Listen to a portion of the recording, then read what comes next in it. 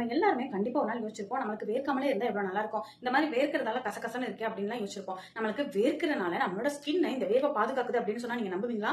நானும் ஃபர்ஸ்ட் நம்பல, கூகுள் பண்ணதுக்கு அப்புறம் தான் நம்பினேன். என்னன்னா நமக்கு வேர்க்கிறனால நம்மளோட பாடியில இருக்க pH மெயின்டைன் ஆகுதான். அது மட்டும் இல்லாம நம்மளோட ஸ்கின் மாய்ஸ்சரா இருக்கா. ஸ்கின் மாய்ஸ்சரா இருக்கிறதால நம்மளோட ஸ்கின் வந்து கிழிஞ்சு போகாம இருக்கான், அதாவது கிராக் விழுகாம இருக்கான். ஒருவேளை நம்மளுக்கு வேர்க்கல அப்படின்னா நம்மளோட ஸ்கின்ல கிராக் விழுகிறதுக்கான வாய்ப்புகள் நிறைய இருக்கான். வாய்ப்பு என்ன?